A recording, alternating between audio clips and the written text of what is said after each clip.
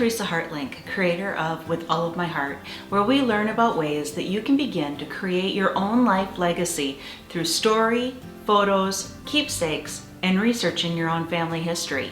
This is the 6th in a series of 10 quick start videos where I will be sharing lessons and ideas for mini projects that you can use to jumpstart documenting your own story.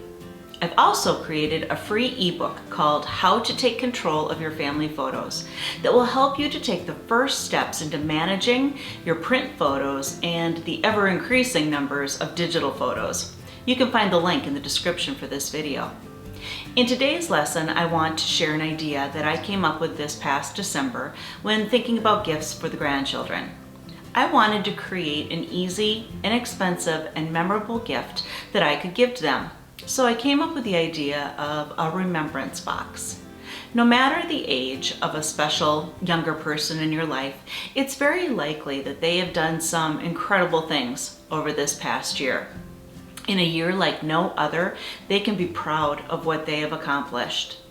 You might want to give them something that has significance to recognize some of what they have achieved.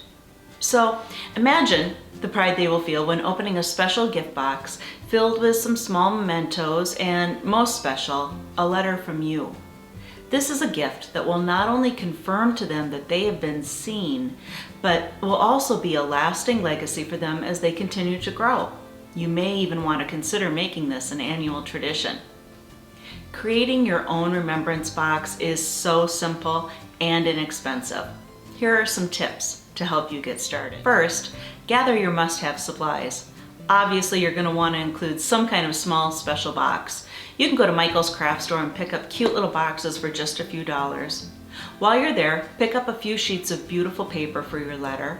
And while you're at it, what a great excuse to buy yourself a special pen to make the process even more enjoyable. As you sit down to draft your letter, keep these suggestions in mind. Write just as you speak to your little. This will make your task easier and much less intimidating. You don't need to have formal or flowery language. Think about what you want to communicate to them. You might want to consider recognizing something they've accomplished this past year. Tell them how proud you are and let them know that it has not gone unnoticed. Maybe you want to tell them how proud you are of how they've handled remote learning. Or maybe they have taken on some extra chores at home to help the family this past year. Maybe they had to give up something that meant a lot to them and they did that with courage. Maybe they learned a new skill. You might also want to consider telling them a short story about what your life was like at their age. If your little is 8 years old, maybe you can remember back to when you were 8 years old and you can tell them about something that was important to you at that time. You may want to give them a wish for the year ahead or for the longer future. Maybe you want to tell them about a particular life philosophy that is important to you and you would like them to carry into their future. There is no right or wrong about what to include. Just picture your little sitting in front of you and tell them how you feel.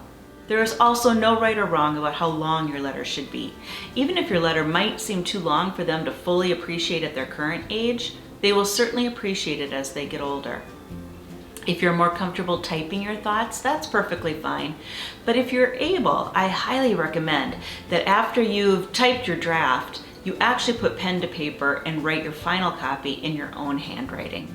Our handwriting is something that is so unique to each of us and is as much a characteristic of who we are as the color of our eyes. We can all identify the handwriting of those we love, and it will help to make your gift all the more special if you write your letter by hand. You might want to consider taking your remembrance box to the next level and placing some special mementos inside. Some ideas include photos from this past year. Chances are good that you have more than a few photos of your person on your phone. Did you know that this generation is the most photographed generation of all time? And it's also the generation that is most at risk for not having any photos to document their lives. Why? Because it's rare that they have any photos printed. So give them the gift of making some of those digital memories more permanent by having them printed. Wrap them together with a ribbon, or you can find a small album or scrapbook if you want to be extra fancy. Look for something that's labeled photo safe so that the photos will be protected for years to come. Or maybe there are other mementos from this past year that can be added to the box. You can make this box a small time capsule, if you like, including tickets from a movie you attended together, or an announcement from a date that was special to them, or even placing a piece of art that they created for you in the box to be saved for posterity. Or what about handing down some small family heirlooms? Perhaps you have some things that you would like to start sharing with your children or grandchildren in hopes that they will treasure them and continue to pass them on. Now might be a good time to do so. Include the piece as well as a paragraph or two about the history of that item, telling why it is important. Plan now to start creating a gift for the special littles in your life.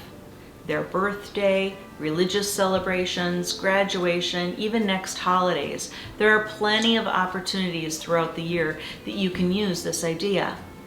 You will be creating a unique and special gift for your person that will become a treasured keepsake for many years to come. We are getting closer to the February 9th launch of registration for my 6-week course entitled Creating Your Life Legacy: How to Kickstart Your Life Legacy Project. Registration will begin on February 9th, and our course will begin on February 22nd. In this course, you can expect a step-by-step and piece-by-piece approach to completing a family research project.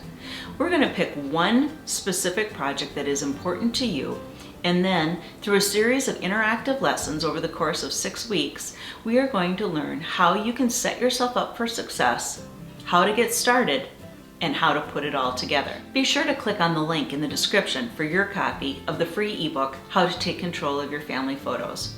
You will receive the ebook download immediately, and you will also be subscribed to my newsletter so you don't miss any future updates. Thank you for spending a few minutes with me. Wishing you a wonderful day with all of my heart.